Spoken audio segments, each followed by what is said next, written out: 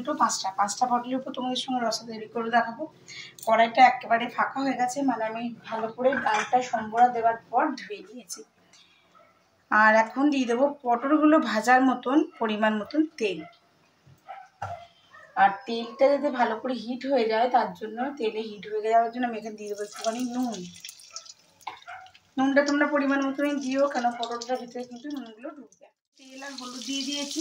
দেখো বড় বড় করে পটলগুলো আমি এখন রসা তৈরি করবো, তার জন্য পটলগুলোকে খুব ভালো করে ভাজাটা আগে দরকার।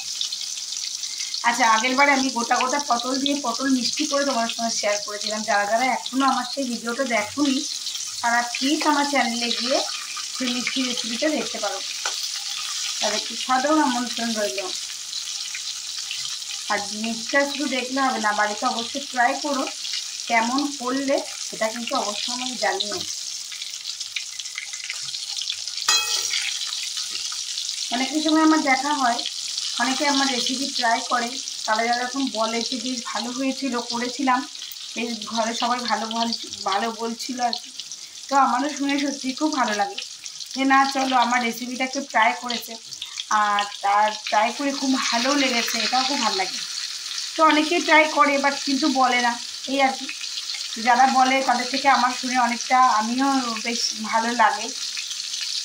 তো চলো এখন করবো পটলের রসা।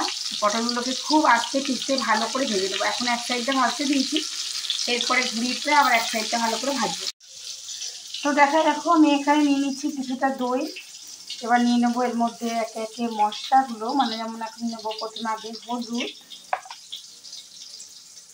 আচ্ছা দেখো, পটলগুলো ভাজতে কিন্তু আমি এতটুকু কাপড়নতা করি, দেখতে পাচ্ছ। আমি কিন্তু বেশ আস্তে পিস্তে পটলগুলোকে বেশ লাল লাল করে ভেজে ফেলেছি। আর পটলগুলো লাল লাল করে ভেজে নেবার পর এখানে একটা ছোট্ট করে মশলা তৈরি করবো। চলো, তো দেখো মশলাতে কিছু দিয়েছি একবার দেখাই। আমি দিয়েছি এখানে হলুদ গুঁড়ো, এখানে দিয়েছি জিরে গুঁড়ো 1 চামচ, আর ধনে গুঁড়ো দিয়েছি 8 চামচ। এটা হলো আমার সানরাইসের একটা সবজি মশলা। সরি, আমি এখানে কোনো প্রমোশন করছি না চ্যানেলে, এটা কিন্তু আমি দিয়েছি, সেটা তোমাদের জানালাম। এখানে দিয়েছি কাশ্মীরি রেড চিলি পাউডার। আর এখানে আছে আমার আদা কাঁচা লঙ্কা পেস্ট।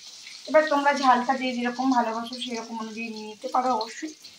আমি এবার এই আদা কাঁচা লঙ্কার পেস্টটা দিয়ে, এই যে আমি এতটি দিলাম, যেহেতু এটা নিরামিষ তরকারি, এবার আমি জল দিয়ে পুরো পেস্টটা তৈরি করে নেবো। আমি কিন্তু এখন পর্যন্ত নুন দিইনি, দেখতেই পেলে। ওইদিকে আমার পটলগুলো ভাজা চলছে। যারা বাটা মশলা ইউজ করো সেটা অবশ্যই ভালো, বাট আমি যেহেতু এখানে গুঁড়ো মশলাটা ইউজ করছি, তার জন্য আমি গুঁড়ো মশলাটা আগে থাকতে একটুখানি ভিজিয়ে নেবো জলে। দেখলে আমি কিন্তু এটা একটা পেস্ট তৈরি করে নিয়েছি। তো চলো এবার পটলগুলো তুলে নিই, ভাজা হয়ে গেছে। তো দেখো পটলগুলো কিন্তু ভাজা হয়ে গেছে, একটু কিন্তু কাঁচা কাঁচা নেই, বেশ ভালো করে পটলগুলো ভেজে ফেলবে। চলো তুলে নিই পটলগুলো। দেখাই ভেজে রাখা পটলের যে তেলটা, বাকি তেলটা, তার মধ্যে আমি এখানে গোটা গরম মশলা, 2টো তেজপাতা, 1টি শুকনো লঙ্কা আর কিছুটা গোটা জিরে আমি ওটাই তেলে দিয়ে দিলাম। এটা জাস্ট একটু ফেটে উঠবে, মানে ফ্লেভারটা উঠবে আর কি, বাস। তারপর পেস্ট যে রেডি করে রেখেছি আমি মশলা, সেটা এখানে আজকে দিয়ে দেবো। খুব সুন্দর দারচিনি এলাচের গন্ধটা উঠতে শুরু করেছে। যেহেতু আমি এটা নিরামিষ করছি, তোমরা যদি আমিষের দিন করো অবশ্যই পেঁয়াজ রসুন দিতে পারো। তো এবারে পেস্টটা দিয়ে দেবো। এবার কিন্তু খুব ভালো করে নাড়াচাড়া করে এটা কষিয়ে নিতে হবে। একটু সময় ধরে অবশ্যই কষিও, নাহলে কিন্তু মশলার কাঁচা গন্ধটা বেরোবে। তো আমি তো ওখানে মশলাটা দিলাম। এবার আমি একটু চারমগজ আর পোস্ত এই দুটো একটু মেশিনে ব্লেন্ড করব।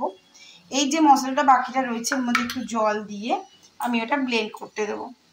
এখন তো ওই মশলাটা ভাজা হচ্ছে, ভাজা হতে থাকুক, তারপরে আমি এটা ব্লেন্ড করে এর মধ্যে ওটা দিয়ে দেবো। আচ্ছা দেখাই, দেখো এখানে কিন্তু মশলাটা আমার তেল ছাড়তে শুরু করেছে। এই অবস্থায় আমি যেটা ব্লেন্ড করলাম মিক্সিতে, সেই মশলাটা আমি এখানে দিয়ে দেবো। মানে কাজু, সরি, তোমার চারমগজ আর একটু পোস্ত বাটা।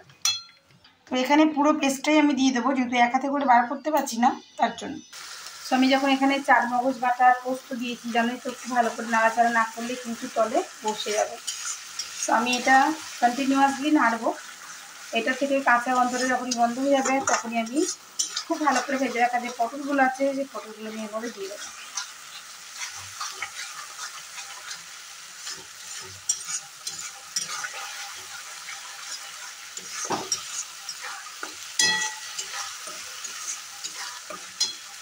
চলো এবার ভেজে রাখা পটলগুলোর মধ্যে একে একে দিয়ে দিই।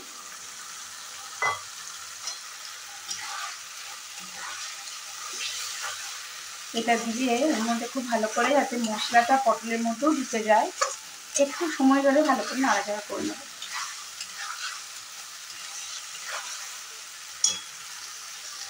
তো এটা যেহেতু খুব ভালো করে মজে গেছে, দেখো আমি এর মধ্যে দিয়ে দিচ্ছি চিনি দানাগুলো অবশ্যই দেখতে পাচ্ছ। এটা চিনিটা একটু বলতে সময় দেবো, তারপর দিয়ে দেবো এর মধ্যে জল। ঠিক যেমনভাবে আমি দেখালাম তোমরা অবশ্যই এইভাবে ট্রাই করো নিরামিষের দিন। আমিষের দিন এটা একদিন দেখাবো করে, দেখবে খুব খেতে ভালো লাগে। পটলেরও অনেক রকম রেসিপি হয়। দিয়ে দিলাম জল, তোমাদেরও যেমন প্রয়োজন মনে হবে তোমরাও দিয়ে দিও। এবার এটা ফুটতে দেবো, নামাবার আগে দিয়ে দেবো ঘি আর গরম মশলা। তো চলো ঢাকা খুলে দেখা যাক কি অবস্থা। এই দেখো ঝোল ফুটছে, আর একটু ফুটুক, তারপর নামিয়ে দেবো। তো দেখাই এখানে আমার একদম ফুটে গেছে। এদিকে আমার ঝোল ফুটে একেবারে রেডি। নুন চিনিটা অবশ্যই আপনারা আপনাদের টেস্ট অনুযায়ী করে নেবেন। এবার আমি দিয়ে দেবো এর মধ্যে একটু গরম মশলা,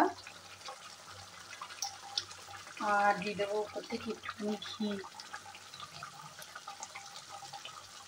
নিরামিষ তরকারি ঘি গরম মশলা ছাড়া একেবারেই ভালো লাগে না। তো এটা ভালো করে মিলিয়ে দিলাম। এবার আমি এটা বাটিতে সার্ভ করে দেবো। তো একদম রেডি হয়ে গেল আমার পটলের রসা। কেমন লাগলো অবশ্যই জানাবেন।